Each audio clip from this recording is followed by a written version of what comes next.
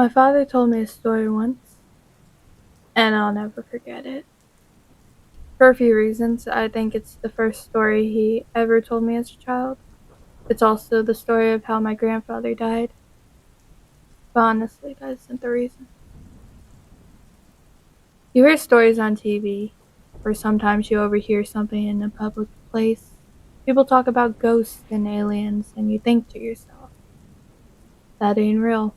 They're making it up, or they're mistaken, or they're fucking crazy, or something like that. You just can't believe it. That is until something happens, something that brings it all together, connects the dots in ways you didn't even think before. Maybe it happens to you, or maybe you hear the same story again and again from different people. It doesn't take long for a world to become a lot bigger than you thought it was. As I said, this is a story my father told me, but I never believed it, even though he swore up and down it was true. It wasn't until I started clicking around the internet that I started to believe. I started to hear other stories just like the one my father told me. It didn't take me long to start believing after that.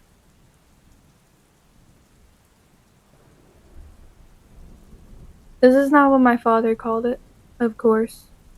He's never used the internet in his life. He wouldn't know what the online community had taken to calling it. When he chose to call it something other than it or the thing, he called it Skinwalker, after an old Cherokee tale his grandfather told him. But I'll tell you the story, the way he told it to me.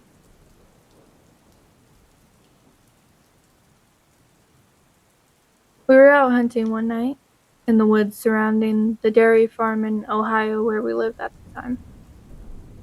We were tracking coyotes. We'd kill them for $50 and skin. They'd killed calves before, and we'd do it every night because we needed the money. Sometimes, while we were out, we'd come on a deer and kill it. Our landlord didn't mind, and it could feed our family for a few nights and save us some money. Anyway, we were done making our rounds and heading home, walking because we didn't have a car or a four-wheeler back then. We cut through the woods. That's when we came upon it. Blood everywhere, splattered on the trees and the grass, in the creek, everywhere. At first, we figured it was a pack of coyotes. We'd seen how sometimes when they weren't able to scavenge for whatever reason, they'd start hunting deer or cattle out of desperation. The worst was when they bred with feral dogs, but this wasn't like that. You see, when a pack of dogs, wolves, or coyotes attack something, they do it right. They'll pick off one that's weak, sick, or old, or just small.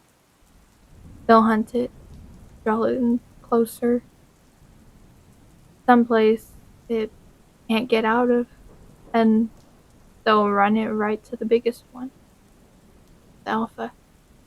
And the deer will never see the alpha. It might hear it, but it won't see it. All of a sudden, its throat will be torn out and it will drop dead. It's quick and it's clean. That wasn't what happened here. Something had come upon a group of deer. Coyotes won't attack a group. Wolves wouldn't either. They'd get too much of a fight. There were three, I think. Three bodies just torn apart. You'd see a head or a torso there, a leg here. Predators don't do that. They don't leave scraps behind. Whatever had done this hadn't done it for food. It had done it for fun. But we didn't know that at the time. Of course. We just saw a bunch of carcasses and figured it's something we had to take care of. I remember my dad telling me to go back home, that he thought it would work of a pack of feral dogs or something. but I wasn't leaving him. And I damn sure wasn't hiking through 2 miles of woods alone, in the dark, with nothing but a 22 and a pocket knife. I was only 13 at the time, so a 22 rifle was the only gun I could reliably use. Dad had the shotgun, and I wasn't going anywhere without it or him. It took me a while to convince him, but finally we began tracking whatever did that. It wasn't hard either. We just followed the blood. Either that thing bled a deer before it got away or dragged it for 1 mile. I don't know. What I do know is that I'd never seen my dad scared before that night. We started hearing the most horrible sounds. Now, I've been in a lot of woods in my life, and I've been all over the world. But I ain't never heard noises like that night. I heard things screaming. I heard deer, fox, rabbits, raccoons, and birds, all of them afraid of something and hightailing. Keep in mind, this is maybe 12 or 1 o'clock in the morning, except for the fox and some birds. Nothing was supposed to be awake at this hour. But they weren't just awake, mind you. They were going on a run.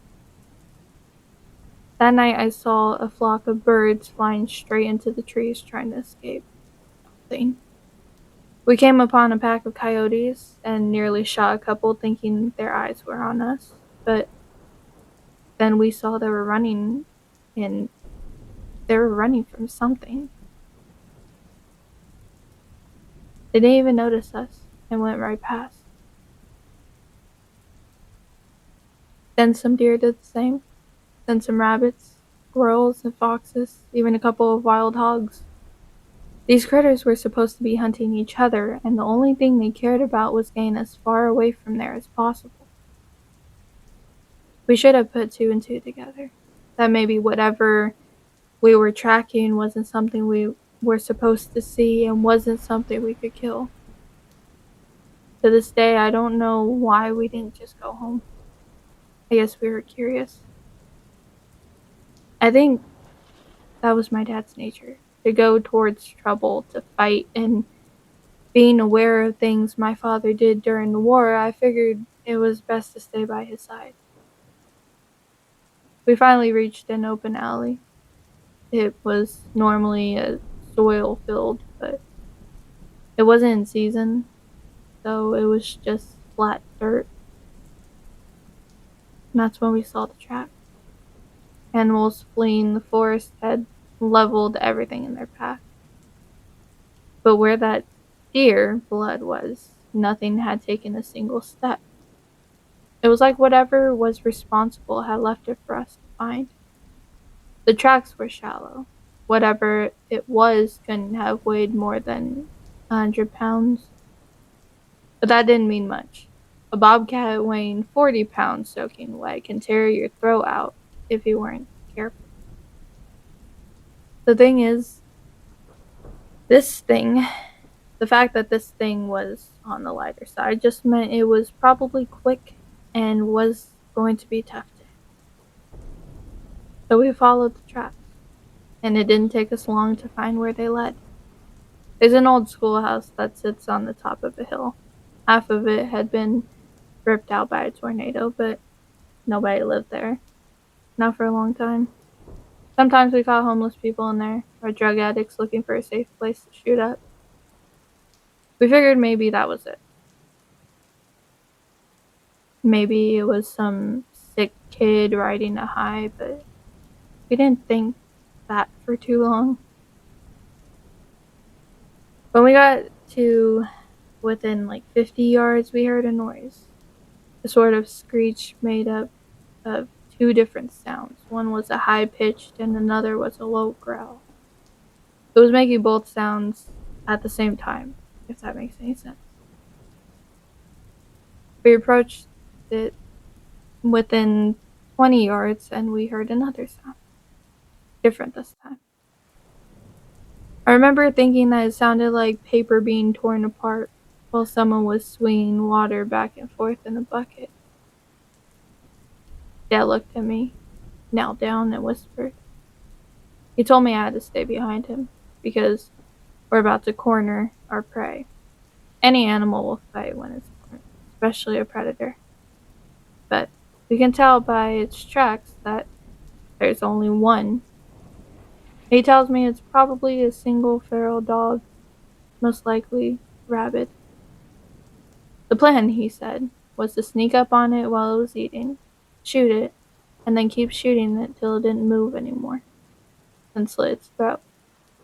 And if it got Dad, it was my job to shoot or stab it till it got off of him. So he walked up with me right behind him, just a pat to his side so I can see what it is. I wish to this day I hadn't.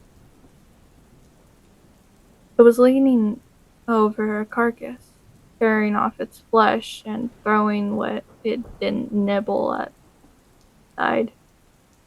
There was blood all over the brick, glistening in the moonlight. It was pale white and looked like a man, but not quite human.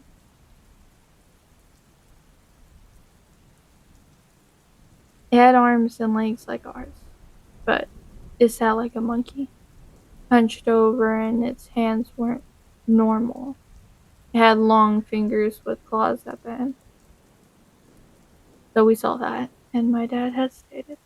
He wasn't about to fire at person, so he cleared his throat to try and get it to turn around. I swear to God, all the noise just ceased in an instant. I ain't ever heard true silence before that, and never again afterwards. But for 2 seconds, nothing made any noise. And I mean nothing. This made it all the louder when that thing turned around. Made this shrill cry and pounced on Dad. He got a shot off. I think he missed. If he hit it, it didn't phase the thing at all. But it was on him, tearing entire parts of him off. I started shooting at it with the 22 point blank, but the thing barely bled at all. I got off 5 rounds, and then I started hitting it with the butt of the gun. It didn't budge or even register that I was there. It was clawing at my dad, removing whole chunks of his flesh. It started on his torso, peeling off skin. It, it started peeling off the skin on his chest, and then it moved up. It tore out his throat, ripped his nose clean off, and gouged out his eyes. Then it scalped him and started digging in. I stood there helpless as it ripped off the bottom half of his jaw, the little bones and that tube in his neck, and then his ribs. I don't exactly remember what happened, but somehow my dad's knife ended up in this thing's shoulder, and my dad, what was left of him, that is, ended up on my back. I was running, and by God, I was going faster than I'd ever run before or after, and it was following me. I ended up back in the forest opposite the woods we started in. I was heading towards my landlord's house because it was the closest thing to help nearby. But even that was half a mile away. All the while I could hear this thing screeching and moaning. I heard branches cracking and getting thrown around. It was cracking so loud and often that it started sounding like someone was taking an axe to every single tree I passed. But I never looked back. Not once. That thought didn't even cross my mind, and honestly, if you're running for your life, you never look back. Finally, I tripped and fell into some gravel. I looked up to see my landlord and a bunch of his buddies drinking around a campfire. I screamed and cried, and they came over. I told them to call an ambulance, and my landlord looked at me and said something I'll never forget. "What's on your back?" he asked me. Just as the words left his mouth, it dawned on him without my saying. It was one of those god-awful flannel shirts my dad wore everywhere. He realized, and it was damn near all that was left of my dad, aside from a bit of my father's head and torso. That's all there was. absolutely nothing below the waist. And suddenly we heard it, the screeching.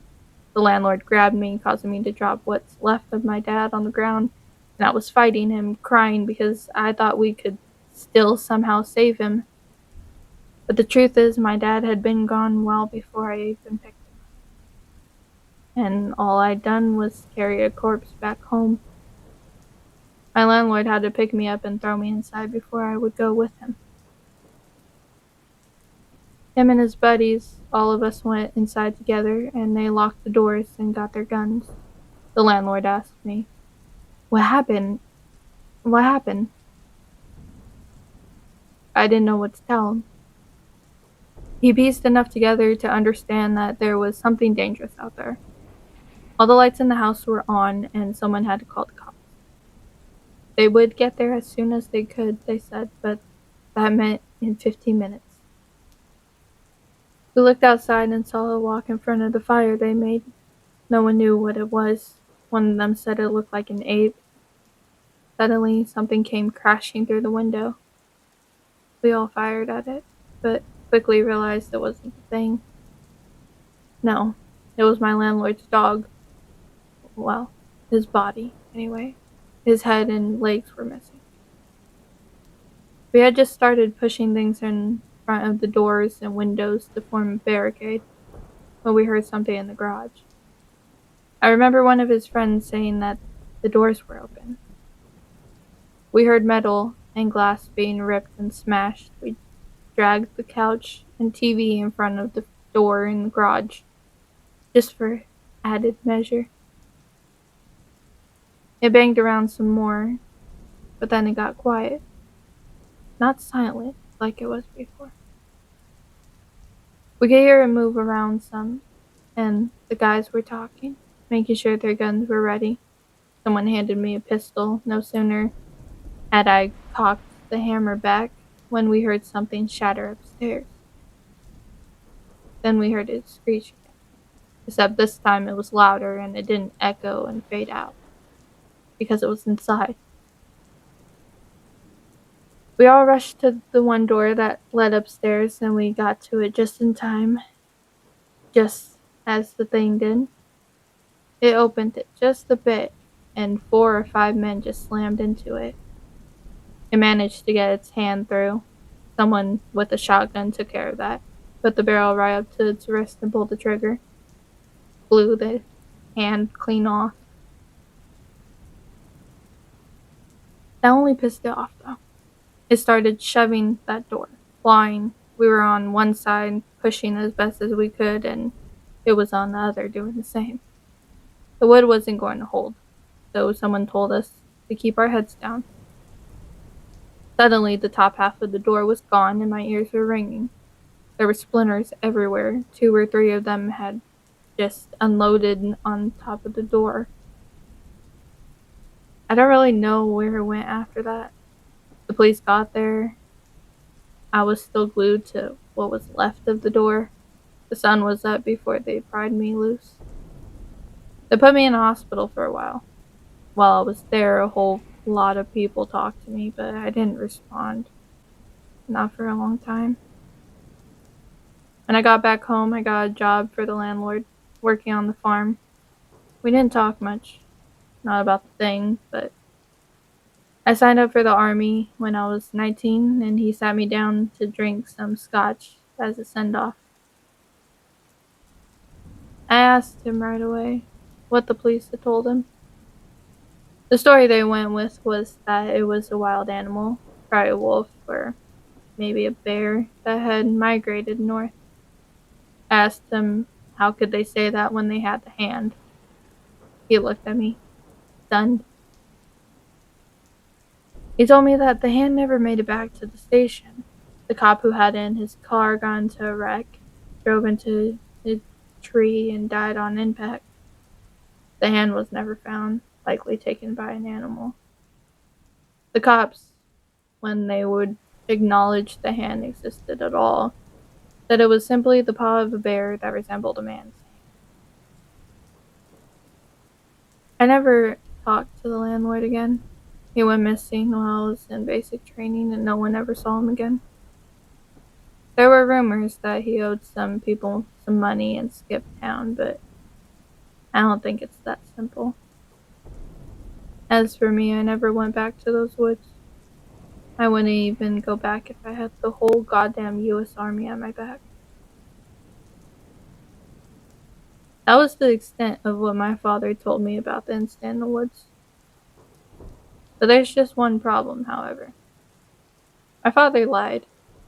When my mother died, I don't think my father felt he had anything left, and that he might as well settle old scores. He returned to the woods and never came back either. The FBI were called, and they came and put on a show for everyone involved. But I knew they weren't really looking. I had to get an agent drunk and slip him a few 50s before I finally told him to tell me that they got a few calls about those woods every year. About someone they end up vanishing, but that was all he wanted to tell me before he got up and left with the rest of his team. He wrote the name they'd given the creature on a napkin. Of course, I didn't realize that that's what it was at first. It wasn't until I put the words in the search engine online that I understood what they meant. Honestly, I would have rather not known. As it turns out, there are hundreds of stories just like my father's, as well as photos and drawings of the thing. And though the details vary, everyone who has encountered it agrees on one thing. It's still out there, and there isn't a man on earth that